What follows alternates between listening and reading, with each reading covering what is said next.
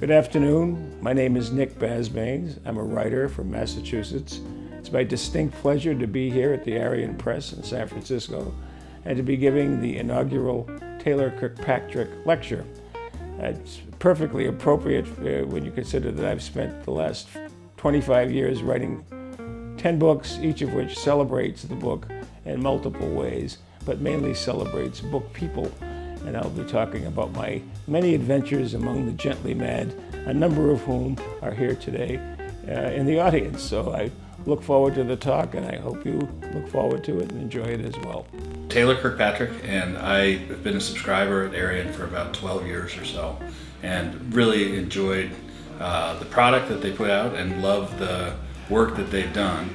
And I had an opportunity to visit with Ted Gioia, who's the Director of Development for him, and talk a little bit about the feedback that he would have, that he asked about for the organization and how it can go forward and evolve. And I made a handful of suggestions that seemed to go well, and I started getting excited about what they were talking about. And I think for me, it's the evolution of the company, the organization itself, and looking at workforce development, looking at ways for them to continue to evolve and grow and become a larger organization and support the printed page in an otherwise changing world. The series, I think, is a great vehicle for people to learn about the press, to learn about Grabhorn Institute, and to also talk about the role of the printed page in the future, in the 21st century, and how we maintain relevance. And this is an organization that isn't just a museum for books, but is a vibrant organization that's supporting artists and authors and making a difference for collectors and also for the artists that are involved.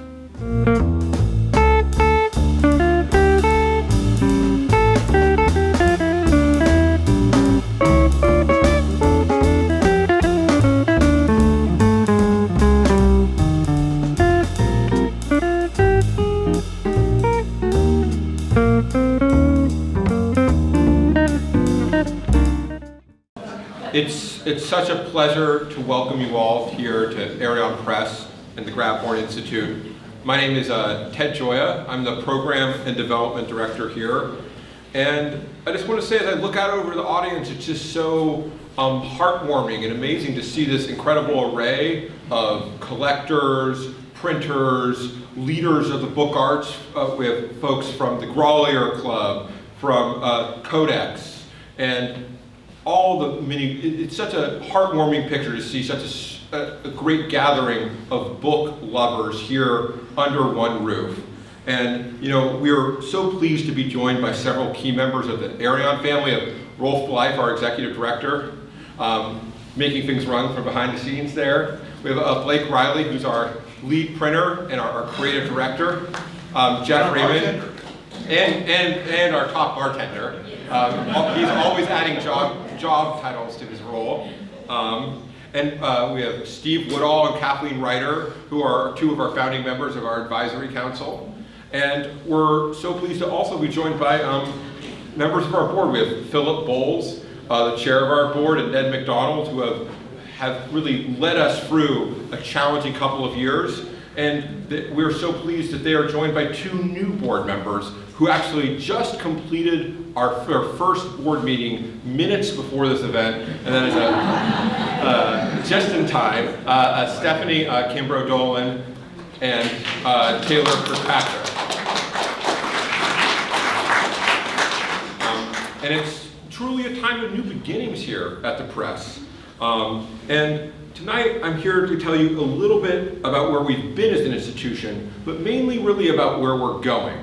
The Grabhorn Institute was founded in 2000 as a nonprofit to sustain and advance two historic San Francisco enterprises. The first is Emanates Type, and the second is Arion Press. And Emanates Type is the nation's oldest continually operated type foundry. We're still using the machines from the 1915 Panama Pacific International Exposition. The same typecasters that cast the UN Charter are casting the books you see outside today. And the second, of course, is Arion Press, the leading letterpress printer that we pair leading artists with classic works to make one-of-a-kind books. But really, as we enter at this time when so many traditional crafts are going under, one of our proudest achievements is that this building we're sitting in here today remains the most extensive printing facility in the country that makes books by hand from start to finish in operation every single day.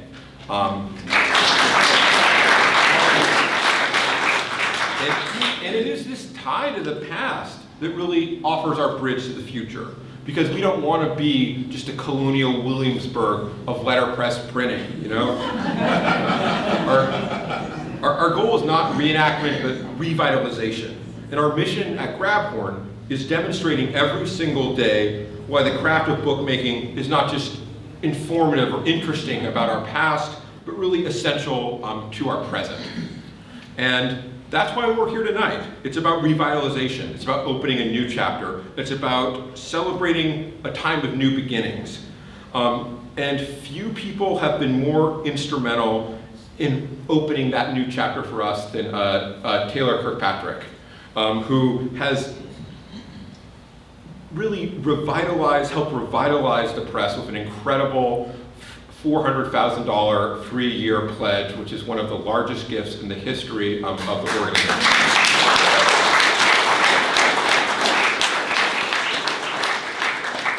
And energized by that gift and by Taylor's leadership and generosity, Arion just hired a new bookbinding apprentice who started a month ago, and we're hiring a new apprentice in the foundry that's going to start in April. It's the first time we've had new apprentices in 5 years.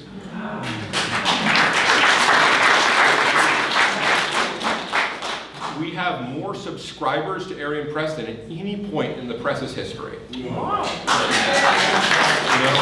After we've revamped our subscriber model to have something a bit more streamlined, where it's $3,000 to get 3 books for 1 year. And led by that, and led by the strength of our upcoming title, which is a Patti Smith's Wool Gathering with artwork by Christian Marclay, we've gotten 40 new subscribers just since January. And it's so exciting to see the folks who are our old supporters who have been with us for 20 years next to folks who are new and have only been with us for a month. And also, perhaps even most importantly, we have a renewed slate of public programs that are really designed to share the passion of books and of reading with a wider and wider audience, more diverse and broad communities, and just to really build a message that is going to teach each and every person that walks through that door why books matter and why books should be part of your life. And tonight we see the first one of those programs come to life, which is the Taylor Kirkpatrick Speaker Series, where we will invite leading writers and thinkers to speak on the vital role books play in public life. And there's perhaps no one better to start this series than tonight's speaker. But I will not be the one introducing him. So without further ado, let me welcome to the stage the man who will be introducing our speaker. He's an acclaimed poet and critic who's authored 5 books of verse and 4 books of critical essays. Among his many accomplishments, he served the former chairman of the National Endowment for the Arts and the former poet laureate of California. He is a man, in fact, whose only true blemish on his resume is that he happens to be my father.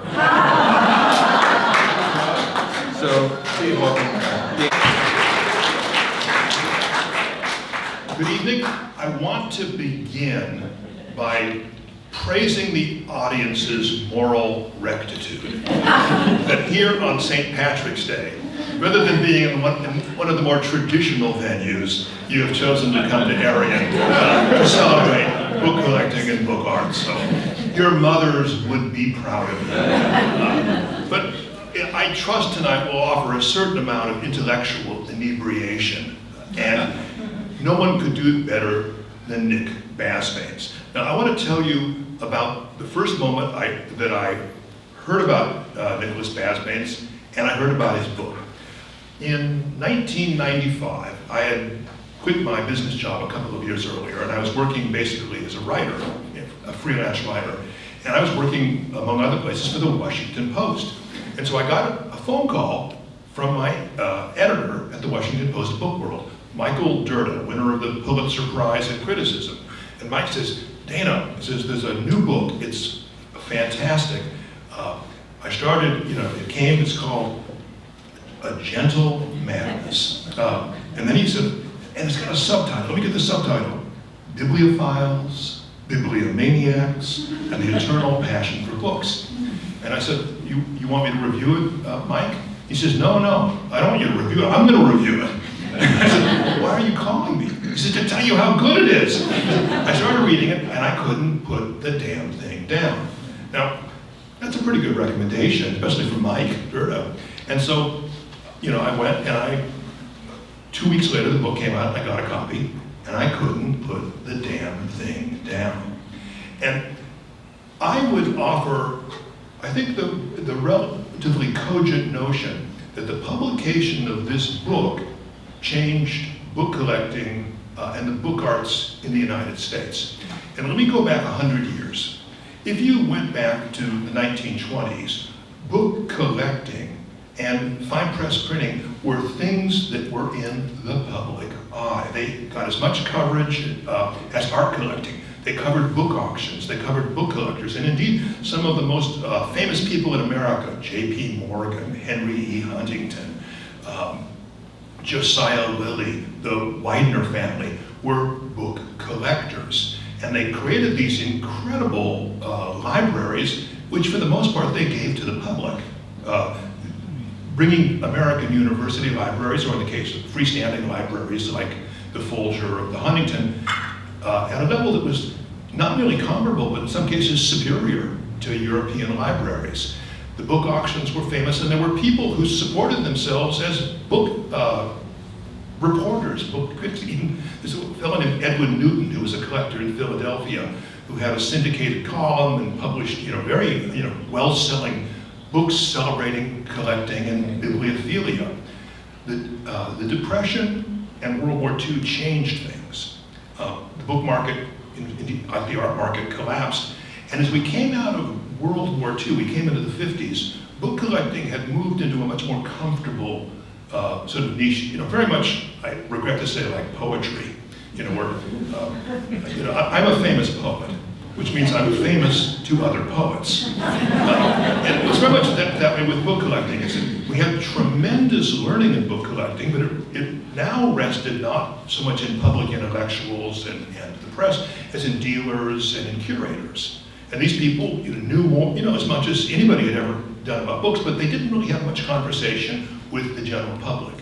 Two people, I think, brought book collecting back to a broader audience. One was named Larry McMurtry, and I think you know him as a novelist as well as a bibliophile. But the other, and the more ambitious one, was Nick Basbanes. Now, you sort of know this. This is Nick's first book. This is not a timid volume. I mean, I saw this thing and I said, holy God, this is the kind of guy that's going to write one book. He saved it all up, he's put it in the book. It's now 9 volumes later.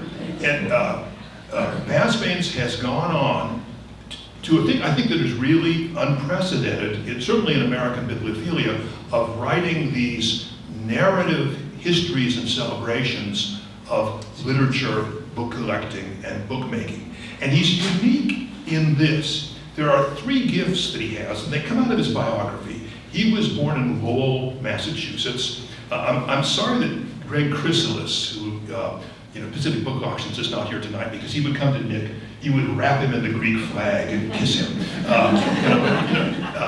Nick is a Greek American from Lowell, Massachusetts. He went to Bates and to Penn to study English, and then, because such was the generation's obligation, he entered the Navy. He went to officer training school, and he became a journalist in the Navy. In fact, I think he was publishing articles in the Gulf of Tonkin on an aircraft carrier. He came back after his service and got a job at the Evening Gazette in Worcester, where during weekdays he was an investigative reporter, very important aspect of his life history. But on the weekends, he published pieces about books for the Sunday supplement. usually interviewing writers that had new books come out. And in the course of his journalistic career, he interviewed over 1,000 writers. I mean, that's a record. That's a Joe DiMaggio kind of record, I think. Having written about books, books myself in a small way. And then he would bring copies of the books that they had published and he had read and have them sign them. So he became a really substantial collector. Those are the three gifts that you see in his books. You see somebody who knows about literature, who has a superb taste and training in literature, a person who has the instincts of an investigative reporter that cuts through bullshit and gets at the real story. And then you see somebody who has that emotional, imaginative passion about the magic of books and the printed word. This has created 10 remarkable volumes, the most recent of which is actually the reason that Nick and I first came into contact. He has written a book called Cross of Snow. It's a biography of Henry Wadsworth Longfellow, but it's something actually much more subtle and complicated than that. It's really the story of Longfellow's marriage to this remarkable woman, Fanny Appleton, who turned Longfellow from an extremely talented writer to the first great American poet of international recognition. And it's like Dante meeting Beatrice. And it almost an equally complicated relationship, because it took, I don't know how many years for Longfellow to actually convince Fanny Appleton to marry him. And then it has this wonderful marriage that ends in one of the most tragic deaths in American literature. And so he's now encroached on the territory of literary biographers. And so this is a man who I think in one person represents all of the diverse things that we celebrate in this room. So with this special community that represents the book arts of the Bay Area in this institution, which represents the legacy of printing in the United States, welcome America's #1 bibliophilic writer, Nicholas Basbanes.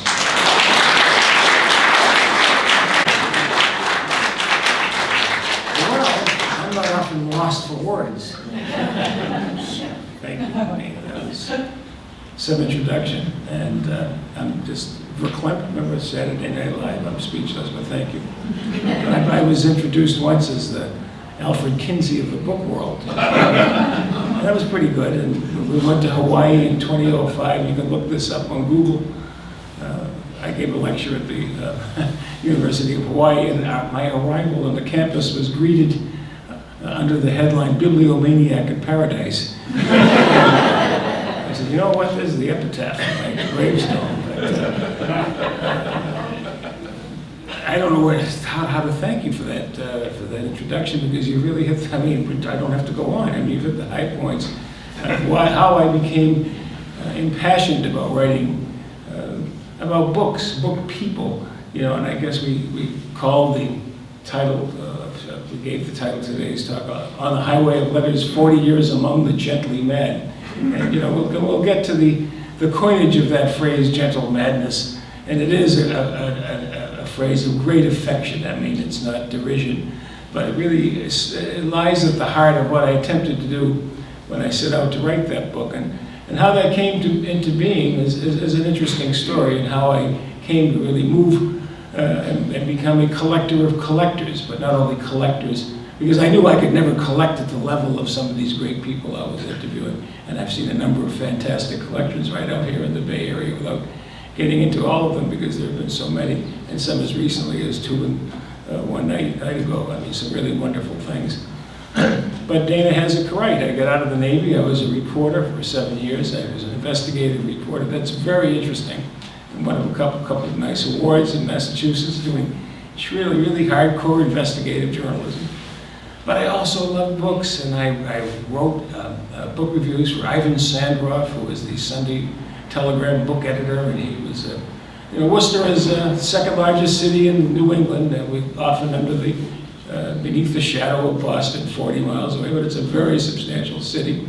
There's 14 colleges and universities, the State Medical School, the Tufts Vet School, the American Antiquarian Society, magnificent art museum, and a very good cultural demographic there. People love their books. They always had a full-time book editor, book review section, and Ivan was not only a reputable man, he was the founder of the National Book Critics Circle, the first president, and kind of a mentor to me. And when he retired in 1978, I was appointed to succeed him. And so, you know, you talk about the dream job, somebody who loves books and now is in a situation where you really do, I mean, get hundreds of books, maybe thousands of books, and whatever you want, and whatever is published is sent to you with the hope and the expectation that you will either review it yourself or assign it to others for review.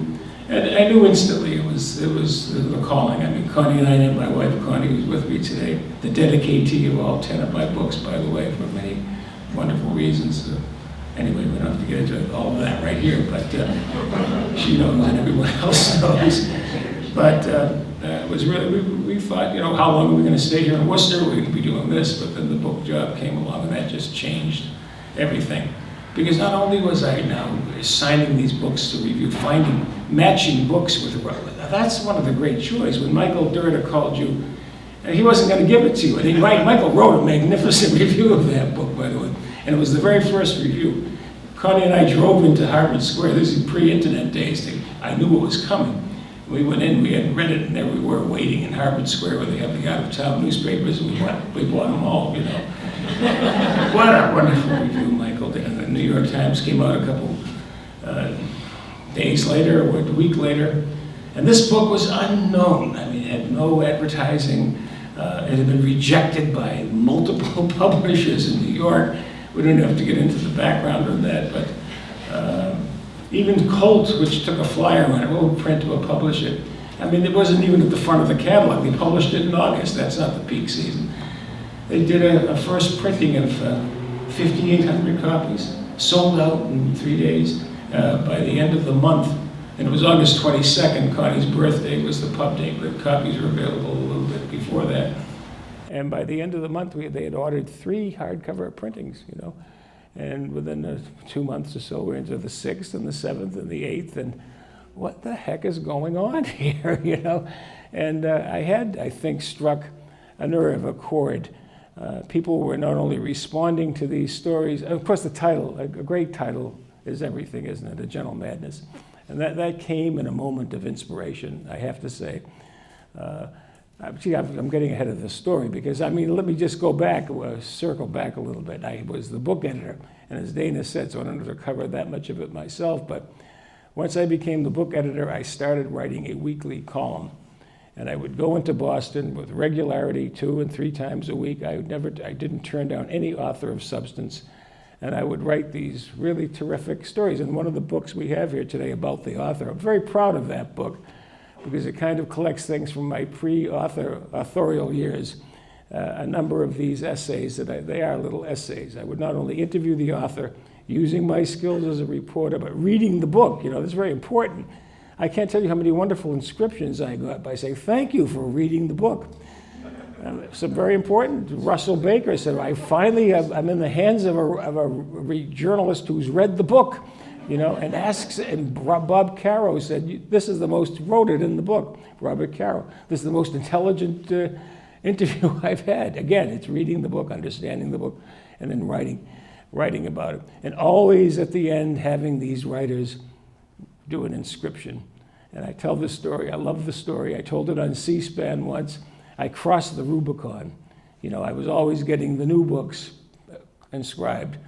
But the day I went into Boston to have lunch with Joseph Heller, it was in 1984. The novel was God Knows. I like a lovely, funny novel, underappreciated in my view, but that's another story.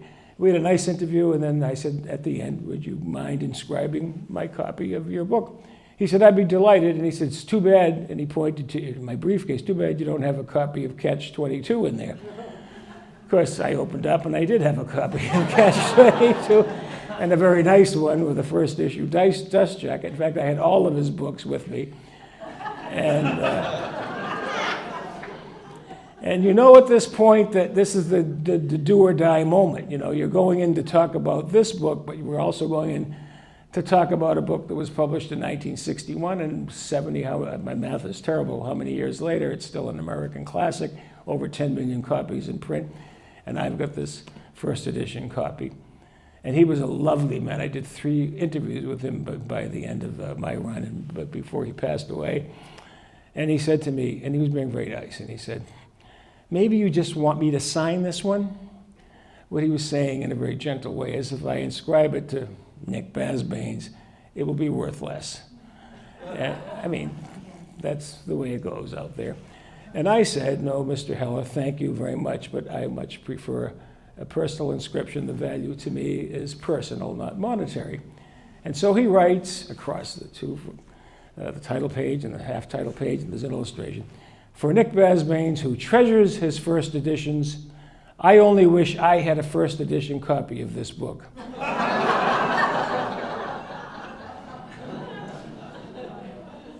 I looked, I said, seriously?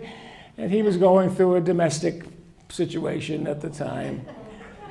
We don't have to get into that. He didn't want to get into it either. I don't blame him. But the books were being either held hostage or he didn't have access to them. And I had a first edition copy of his classic. And anyway, I treasured it, and he signed everything else. Trying to get inscriptions in 8 different books, every one original, is not easy. I've gone through that myself. But anyway, jumping ahead, Gentle Madness is published in 1995, so this is 9 years later. I'm interviewed on C-SPAN by Brian Lamb. I don't know if you remember the book notes show. It's a wonderful program, and I think you can even get this on C-SPAN. It was a terrific interview. It really helped the book. Sold. I mean, then we went into multiple editions after that. But I told that story, and it was fun, and it got some good laughs, I guess. And then along comes another book by Joseph Heller, and I go to interview him again, this time in New York, and I think it was the Coney Island memoir. And the first thing he said when he opens it, I saw you on C-SPAN. I said, no, I loved it. It was fine. I said, hope you don't mind. He said, I love the story. We go through our interview, and then it comes time to sign again. And he goes through the same thing to Nick Basbanes. And I still don't have, but this time, a good first edition copy. So he finally got a copy, but he didn't have a good one. And I use this as an example when people say to me, well, what's better? What do you want, a signed book or an inscribed book? I say, go for the inscription all the time. You're going to get a little letter, and you never know. You might get something like this, and I've got a story, and I've been living off it for all these years. And I use that example in this. Are you familiar with the Quarterly, the book collector? It's published in the UK. And I did a 2-part essay, which is recently. If anybody wants a PDF of it, drop me an email. I have them because it's a difficult publication to find it, but I write about these inscriptions and the time doing this. So that's all fine and dandy. I'm on the highway of letters, and I'm having a grand time, and I'm writing about authors and putting together a book collection. And then in 1988, a press release comes across my desk, and it announces a forthcoming exhibition in Philadelphia called Legacies of Genius. And what it is, it's a consortium of 16 Philadelphia libraries, which are taking selections of their highest of high spots and gathering them together for one exhibition. And I thought, what a brilliant idea. You know, of course, who knew that Philadelphia had 16 different special collections? I mean, Library Company of Philadelphia, Historical Society of Pennsylvania, UPenn, Temple, the other one there, not Vanderbilt, that's another one, but forgive me, I'm getting a blank on them. There's 16 of them. But I said, I'm going down, I'm going to go see this. And I went down. And I came back and I wrote a nice news story. But while I was there, I talked to Eddie Wolf, Edwin Wolf II. He's very famous in book circles. And he was the biographer of A.S.W. Rosenbach, the great bookseller of the 20th century. And he also wrote a biography of James Logan, who became a character in my book. The character is a figure in my book. And he was the head of the Library Company of Philadelphia. And I said to Eddie Wolf, I said, gee, do you think Boston could do something like this? And he looked at me, smiled. He said, Harvard could do something like this all by themselves in terms of the special collections and what they have. But I thought about it, and I went home, and I pitched a story idea to Bostonia magazine, which was owned by Boston University. Nice magazine, a monthly, very slick. And I said, I want to write a story about what we could put together as an exhibition in Boston if the great collections we were to cull the high spots. And of course I will include BU prominently in this piece, and they had only been collecting books for 50 or 60 years, and Harvard had been collecting them for 250 or whatever. And so they commissioned the piece. And I'll never forget finishing the piece and reading it, the opening paragraphs aloud to Connie, my wife.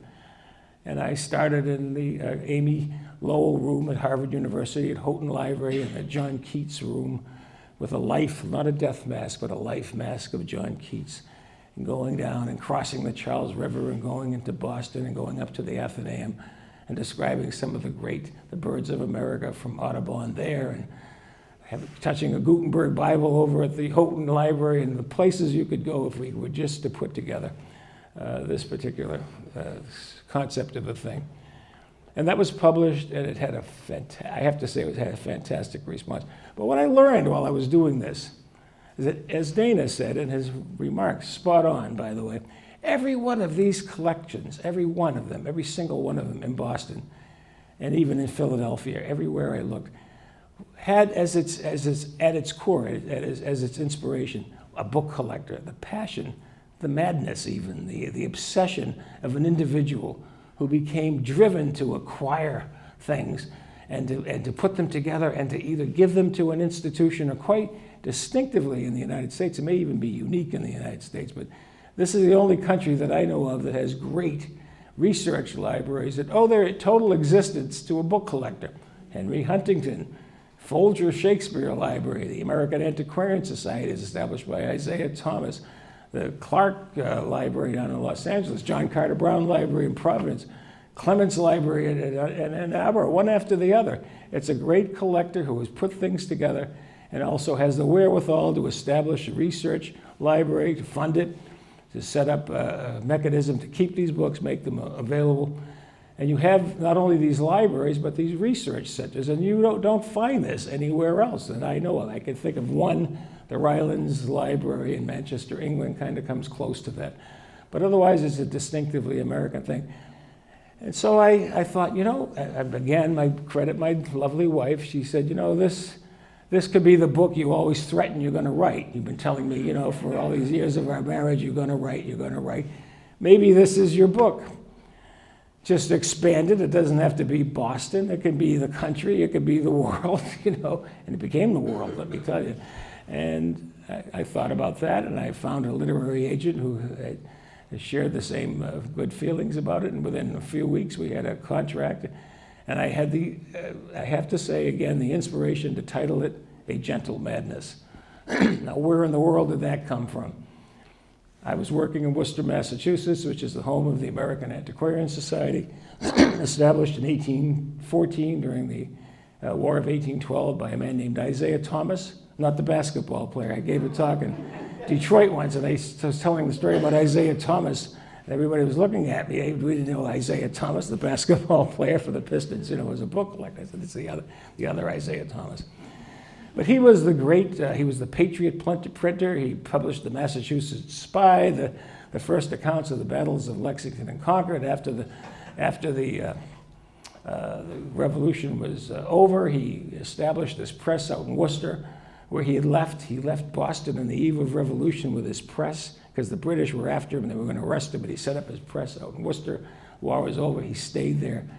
And then towards the end of his life, what we remember him for was the formation of this American Antiquarian Society, the core collection being his collection of what were then a novelty, ephemera, things that, because he was a printer, little cards, little things that weren't expected to have a long life, but when you have them, when you see them, they tell us a world of information about people. And he established this library, became world-renowned. It remains world-renowned. It has the largest collection of American newspapers anywhere through 1826, 9 million of these. Through 1876, it's equal to the Library of Congress. At his funeral, a grandson, Benjamin Franklin Thomas, said in tribute, he said, "Grandfather was afflicted from the earliest of ages with the gentlest of infirmities. He was a bibliomaniac." And you know, it came to me that this is the premise of the book that I want to write. Yes, a gentle madness, this passion to go out and acquire and preserve and save. But also the premise is that so much of what we treasure of our literature, our history, our culture, we owe to these obsessed, driven people. You know, John Hill Burton said it is the true nature of the species. He didn't say collector, it was the book hunter, was his book. To be able to identify in a heap of rubbish other things that people find disposable, something that will endure as important and valuable. And you know, that is for me the mark of a real collector. I mean, all you need is money to go out and buy a First Folio or a Gutenberg Bible if one's available. And it's a wonderful thing to buy, but we know that a Shakespeare folio is a valuable thing. That's why several hundred of them survived. There are 80 of them alone in the Folger Shakespeare Library. It was recognized instantly when it was published that it was valuable and important, so people saved it. But so many other things disappear, they are discarded. And I think collectors who recognize the importance, the long-term value of these things and put these things together are doing a great service, which is why the Boston Athenaeum up on Beacon Hill, which was founded in 1797 by Dr. Jeremy Belknap, who was a minister, the Reverend. He said, I will go through a heap of rubbish to find something rare and valuable. Actually, a dung heap is what he said he would go through to find something. He was the person who took Paul Revere by the lapels and said, "Sit down and tell us about that midnight ride." You know, and Revere responds by writing things. And he was proactive, and he went out and he got things while people were alive. And they gave them to the Massachusetts Historical Society, which is the first of its kind in the nation, predates the Smithsonian and all the others. And so to the point now, they have 14 million extraordinary manuscripts. They're not just of Massachusetts history, but national history. And that's Jeremy Belknap. And then you have Thomas Prince, you know, who was another minister, and he collected all these things. The Bay Psalm book, you know, the first printing of a known printed book. It's a booklet published in 1638, I think it is, right around there. He had 5 of the 9 that are known to exist. You know, one is now at the Library of Congress, another's at Yale, another's at Harvard, one is at AAS. Isaiah Thomas got one, but he recognized in these things the importance of saving these things and preserving these things. So that was kind of the pitch. And I started out and it was going fine. And the contract was to prepare a 90,000 word manuscript and deliver it in 18 months. This is in 1988. And I said, fine, I can do that. And I can keep my day job while I'm doing it. But I also very quickly realized that I had something else I could do. And nobody had done it before, and nobody has done it since. You know, what is past is prologue, Shakespeare says in The Tempest, and it's emblazoned at the National Archives in Washington. And all this is these great stories and these great cases of bibliomania producing great libraries. That's gone before. What's here in the here and now? Who are the great collectors and book people of today? This is something I can do. I'm a pretty good journalist. I can go out and find people. I'm good at doing interviews and doing my research, and so I started going to the auctions in New York, and I started going to schmoozing with people at the Roller Club and making contacts, getting leads. Started writing articles, and then decided to just totally cover the waterfront, as it were, you know, all points of the compass. Traveled all across the country. I didn't want just, although the very high-end collectors were important, essential, I also wanted people like Charles Bloxon, who I was determined not to only have the high-end collectors. I wanted people of color. I wanted women. There was a book published in the 19th century called The Enemies of Books by a man named William Blades. Enemies of books were like things like water, fire, dust, children. I hate to say it, librarians. He thought librarians were, because they discarded things. And women, he said, because... And I said, well, that's patently untrue. I know a number of great female collectors. Well, we're going to find them, and I did, and there were many. But my point is, it was going to be expansive and inviting. And I definitely wanted people of color. You know, this is 30 years ago, and it's essential today that we are inclusive, and we do show that everybody has similar motivations and do wonderfully similar things. But I went out and I learned about this guy named Charles Blockson, who happened to be a great football player at Pennsylvania State University, and how he had been, actually had signed a contract with the New York Giants to play football. He graduated in 1956. And as the story goes, and as he told it to me, he showed up for practice, and Lenny Moore, the great Lenny Moore, was a teammate of his at Penn State. They were friends, and I talked to Lenny Moore. I said, Lenny, what did you think when you heard? Because Lenny was with the Baltimore Colts, and Charlie was up in New York with the Giants. When you heard that Charles had left the team, he'd walked away. He said, I thought he was crazy. He said, you're a black kid coming of age in the 1950s, and you're offered a contract to play pro football, and you're as good as Charlie? He was fantastic. He was called the Blockbuster, the original number 32. He said, we thought he was crazy. And when we gave you the reason, what was the reason? He said, I intend to be a black bibliophile. And it all stems from when Charlie was growing up in Norristown, Pennsylvania. And as he said to me, Nick, I was growing up, and I heard these wonderful stories from my grandfather and my grandparents. And I once asked my teacher, and this was acknowledged years later by the teacher, when she attended an event where he was given a major award, that he asked the teacher, why is it that I never read about black people, or Negroes, as the word was, in the history books? And she said, that, Charles, is because Negroes have no history. This is a guy this big, you know, and he must have been a very large young man at that time. And he said, I didn't get mad. I didn't get mad. I said, she's wrong. I've heard stories from my grandparents. I know about the Underground Railroad. And he was determined, and he started going to flea markets and to sales and Salvation Army. And he would wait, and he would find books, and anything that had the word Negro, colored, African, or black, or African American, there were 3 or 4 keywords, he would hide, and he would wait until the sale. And so instead of paying 50 cents for a book, he might get 2 for a quarter. And I heard about him. How did I hear about him? Because he had just recently, this is in the 1988, 1989, 1990, he had turned this whole collection over to Temple University, several 100,000 materials at this point. And in an instant, Temple became, and the deal was Charlie came with the collection, by the way, very important. They became in an instant, overnight, one of the premier collections of Afro-American history in the world, not just the United States. I said, Charles, what changed your mind? He said, he was a great track star. He said, we went from Penn State, and we used to go into New York, and we'd do sports, and my friends would go fool around, go to do whatever they young men do. He said, I would take the A train up to Harlem, and he would go over to the Schomburg Library, which is a great, great library of African-American history. And he said, I would walk in, and I said, I am home. This is what I intend to do with my life.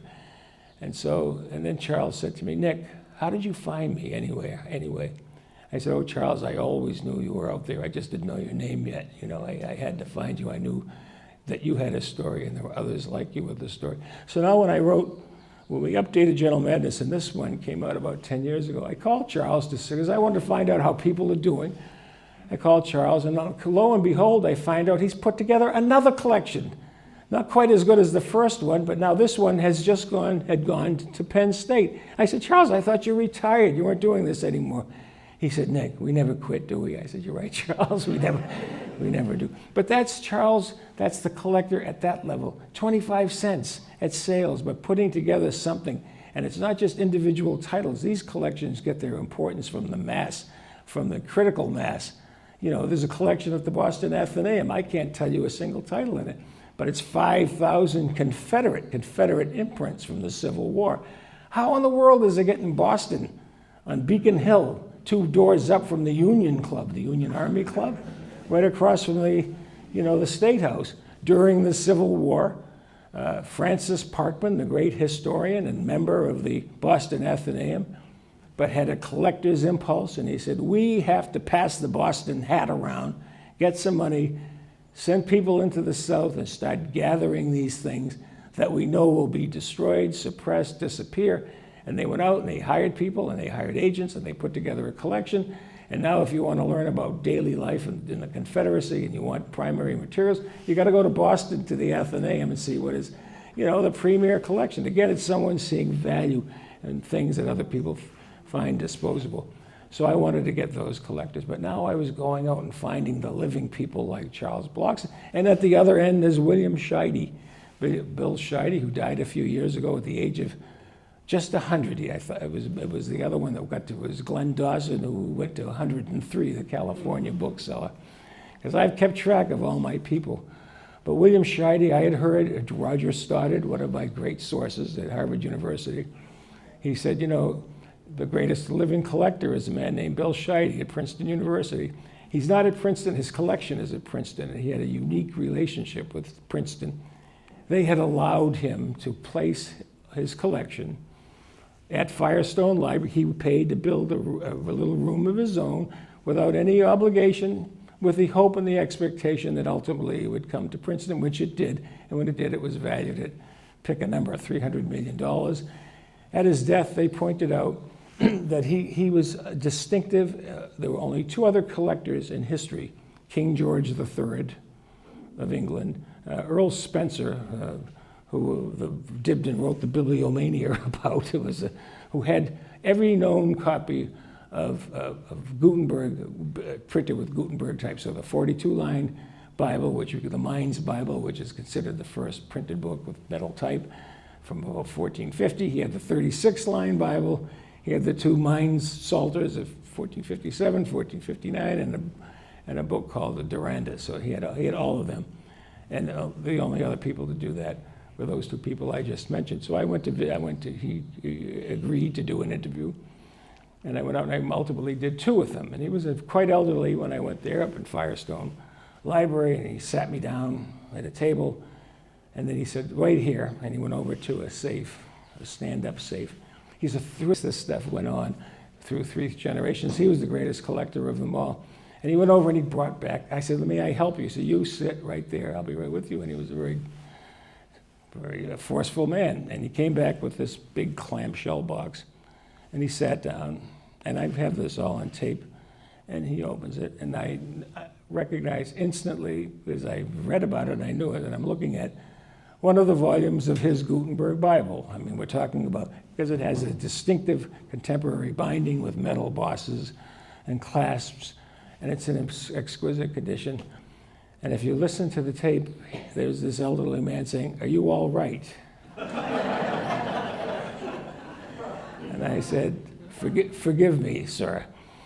I'm a little lightheaded. He said, well, what's the matter? I said, it isn't often I'm invited to lay my fingers on paper where metal type bit into paper for the first time. And he thought that was kind of cool. We sat for half an hour. He read. He understood every page. He said, he had a pencil. He said, now use the eraser end of your pencil. He said, look at the little pinholes here. He said, that's how they secured it to the press to keep the sheet straight. It was absolutely fantastic, and it was one of those great moments. So we had William Scheide in this end, and we had Charlie Blockson on the other, and many, many others in between. And everything was going along swimmingly, and Random House was expecting their book. It was going a little longer than expected, but then along come the events of 1990, and a young man is arrested in Ottumwa, Iowa, by the name of Stephen Carey Blumberg. And I read about it in a little blurb in the New York Times. No, it wasn't even the New York Times, it was USA Today, which I never read, but there it was, about a squadron of federal agents descending on this house in Ottumwa, Iowa, and seizing approximately 20,000 books, which had been collected, with quotes, from 268 libraries throughout the United States, 45 states, 4 Canadian provinces, and the District of Columbia. He missed 5 states, and there were reasons for that. But he had kept good care of them. He didn't steal them. I'm not apologizing in any way, but nevertheless, he what made him very interesting to me is that he stole them because he loved them, to collect them, not to profit from them. In fact, he was so fortunate that on my watch, meaning while I'm doing this, he goes on trial in February of 1991, and I'm still working at the newspaper, but now it's getting difficult. How am I going to serve these two masters, work the newspaper and do the book? And I took time off, and I went out to Des Moines, and I'm the only journalist from outside of Iowa covering this. I'm there every day. And he kept looking over there, seeing me taking notes during the trial. He went up to me and said, "Who the hell are you anyway?" I said, "I'm here, I'm writing a book about book collectors." I said, "I'm going to put you in a book with Henry Huntington and J.P. Morgan. I'm going to put," he looked at me, I said, "Seriously?" He said, "Interesting." So anyway, this is on a Thursday or a Friday. I get a call in my hotel on Saturday morning, and he said, "Mr. Basbanes, this is Stephen Blumberg. Would you like to spend a day in my life?" He was out on bail at the time during the trial. The only restrictions were he couldn't go within 100 yards of any library, bookstore, or museum. And he was scrupulous about that. But he had an old Cadillac, and we got in and we drove the 100 and some odd miles from Des Moines down to Ottumwa, the scene of the crime, so to speak. An independently wealthy young man from a very, very prominent Midwestern Minnesota family. He didn't have to do this. And I can't get into the psychology of this. Read the book if you're interested. But we went down and he showed me the house. And his favorite room in the whole house was the California room. And I said, "Why?" And he had actually, the FBI had left the pennant from Cal Berkeley. It was on the wall. Everything else was fingerprinted, printed, dusted. They'd taken all the books, put them in a warehouse in Nebraska. And I said, "Why the California room?" He said, "Well, this is where I got my best pickings, came out of California." Did I hear there were any Zamorano members here? He had designs on getting the Zamorano Club's own copies of the Zamorano. 80, is it? 80 or 90 books? And he did, and the only reason is they had moved them from where he thought they were to someplace else. But he got others, and he was missing one book. He put together every one except one, and I forget which one it is. And there was one fellow by the name of Henry Clifford. The only time he schemed to enter a house, he basically stole from institutions. He was brilliant, actually. He would disguise himself as a professor.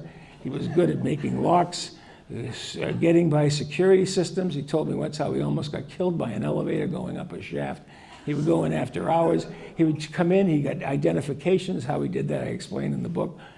Anyway, I did a 7.5, 8-hour interview with him. It remains the only interview he's ever given.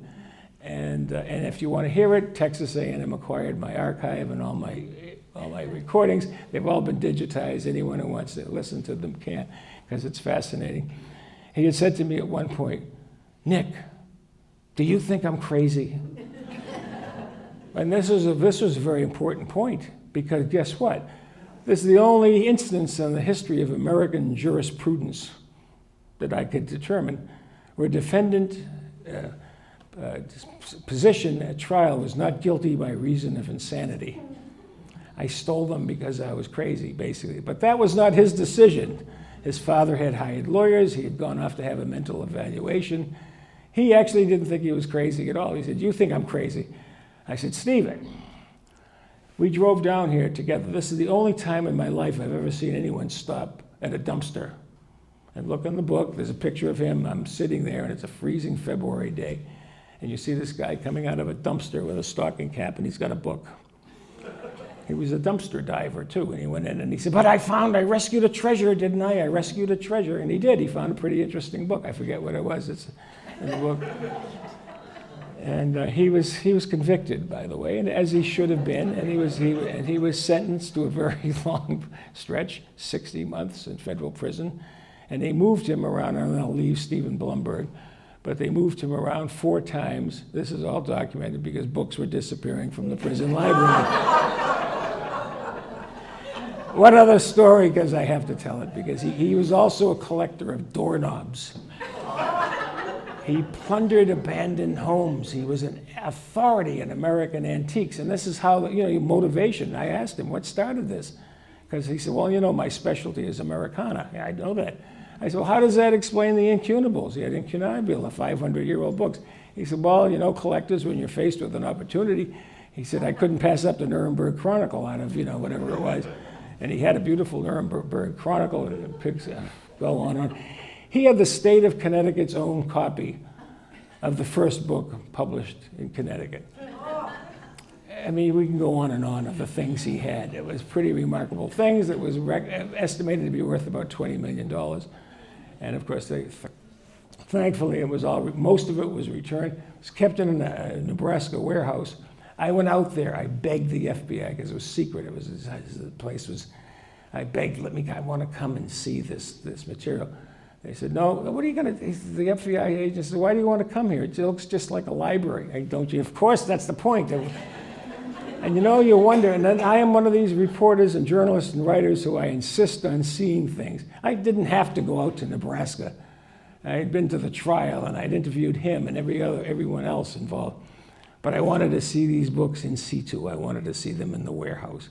And you know what? And if you start that chapter, I walk in and there are these FBI people, I call them forensic bibliographers, because they're trying to figure out who owns these things. But one thing he did was remove the book plates. So trying to determine who the owners were, he knew. And he said, I'm keeping that as my chip. I said, Stephen, they're going to figure it out. He said, really? He said, you know, the Uncle Tom's Cabin they think I got from USC? He says, I got it from the New York Public Library, or something like that. They think that this is here, but it's actually someplace else. But they figured out most of them, and so he helped to tell them where the books were. And it's an amazing story. But I went out there, and you walk into this room, and it's industrial metal shelving.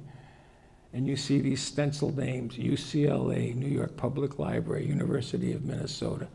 And he had a collection of 125,000 doorknobs, 20,000 American stained glass windows, all kept in a succession of warehouses that he'd rented across the country, and I went to one of the warehouses with him. And so these were all, you know, he would go into these abandoned houses and he would take these things. And he was never charged with that. In fact, he gave me a doorknob. He said, would you like a memento of our day together? I said, yeah, I'd love one. He says, oh, let me give you this. He gets a nice brass doorknob. He says, Paul Robinson Brothers, 1878, someplace, Pennsylvania.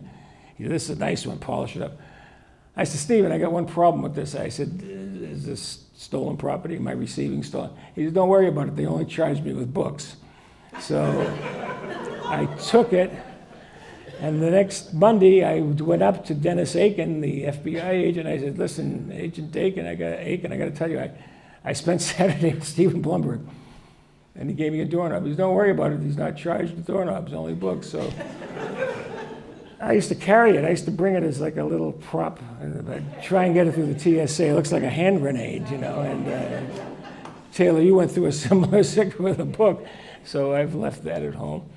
Anyway, you know, a funny thing happens on the way to getting the book done. Stephen Blumberg, of course, never figured in the proposal, and so what was supposed to be a 90,000-word book, deliverable in 18 months, here it is, 1991, and I'm nowhere close to being done. And Random House lets me go, and now I'm... and then another thing happened, and I'll do this briefly, on April 14th, 1991. You can Google it, Basbanes, New York Times, bibliophilia, no end in sight. And it was, at that time, and may remain to this day, one of the longest essays published in the history of the New York Times Book Review. I mean, you can do a word count on it. It's 4,400 words. Jumps off page one, it goes 4 pages inside. And my pitch to placing this to the New York Times was it had to run the week before the New York Antiquarian Book Fair opened on Park Avenue. So it's just the same way I pitched the thing put to Bostonia with a news angle. I teased, I said, I've got an exclusive interview with Stephen Blumberg. And to that point, nobody knew I had interviewed him, and let alone that he had talked to anybody. And so when I included that in the piece, and they published it, and you know, the New York Times, pre-internet days, even today, 1.6 million circulation on Sundays. Book Review it by itself sold 50 or 60,000 copies in and of itself.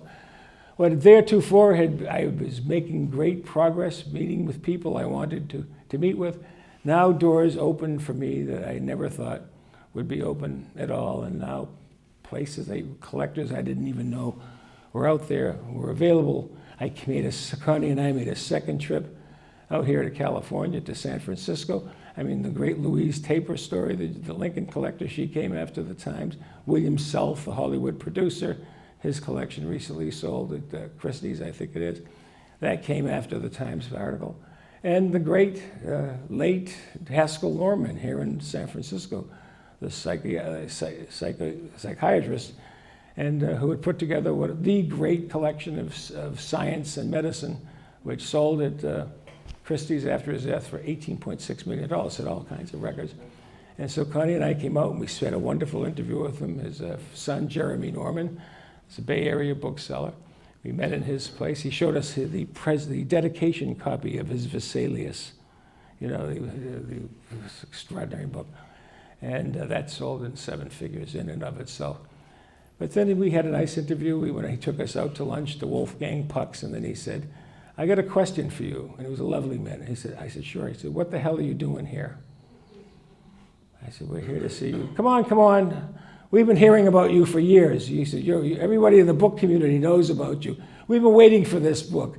And I said, well, I came to see you. You're a psychiatrist. You can tell me about this madness. I got a crazy guy in my book, supposedly, allegedly. And he said, you've been working too long on this. You've got too much material. It's time to go home and write your book. And he pointed his finger at Connie. She said, listen to me. I'm your mother, he said. Take him home, put him in a corner, and make him write his book. Every book I've done since then, I've come to regard my Haskell Norman moment.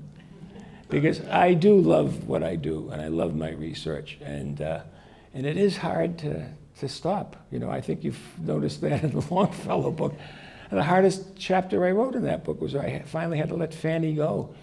And when I started, I thought she was only going to occupy Fanny Longfellow, only 2 or 3 chapters. I mean, she's throughout the book. And finally, I said, well, and this is the one book I wrote in sequence, one chapter after the other. Well, the others I kind of worked around and everything comes together, but this one just followed that narrative, right? Especially where I had the different voices through their wonderful letters and the journals, and you can hear their voices. But that day that she sits down and she is going to clip some hair from one of her Edith with golden hair in the children's hour, that's the same Edith in that poem. And she's going to snip these little lockets of hair and seal them in little white envelopes, and she's got a candle. And a drop of molten wax falls on her crinoline dress, and it bursts into flames, and she dies the following morning. Henry frantically tries to put out the fire, partially succeeds. It's because of the injuries he suffers that he grows the beard. That was the hardest thing I've ever written, but you have to come to the realization that it's time to write the book, and I feel I'm probably reaching my Haskell Norman moment here in this talk. But I'm going to do something I never do, is to read 2 paragraphs. I'll read one from this book, which was written as kind of a sequel to Gentle Madness. It's called Among the Gently Mad. Connie, again, we were discussing the parameters of what we should discuss today, and she said, read your own book. She pointed out a passage. She said, look at this. And I know it's basically what I wanted to say about how I feel about book people and what I do.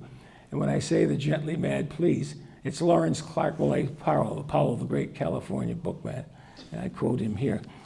I said, because my approach is decidedly personal and somewhat discursive, it may well be a good idea to emphasize that I am not a bookseller, I am not a librarian, I am not a professional bibliographer, and though I certainly do seek out books for pleasure, I by no means rank myself anywhere near the top tier of collectors, not even close. Indeed, it was an early realization that I would never own books that could possibly compare with the remarkable collections I was seeing as a literary journalist that contributed to my decision to write about some of the great book hunters past and present, to enjoy, if only in a vicarious way, treasures that I myself could never dream of owning. I was once introduced at a colloquium sponsored by the American Antiquarian Society as a collector of collectors.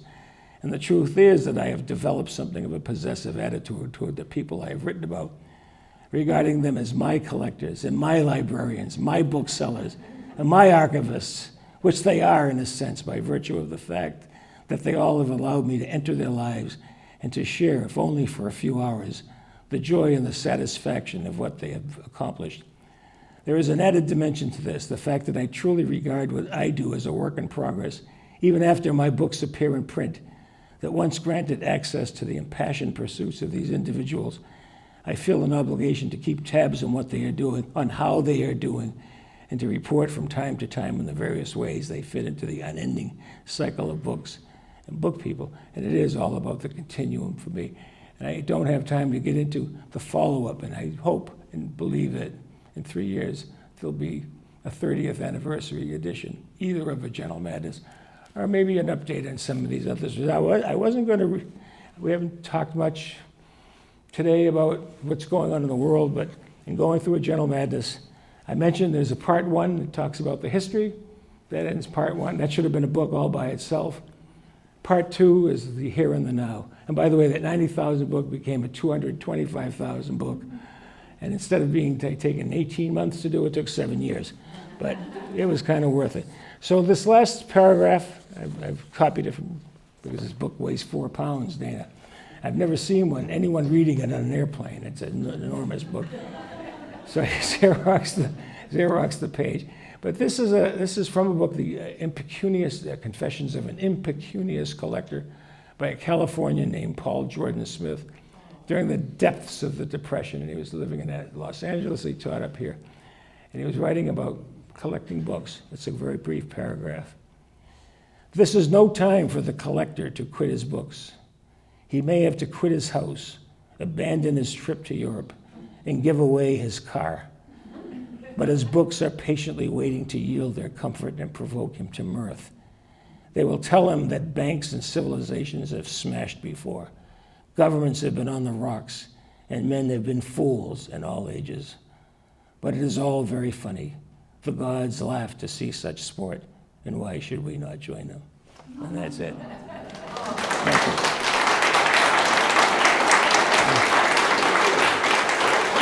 Thank you all.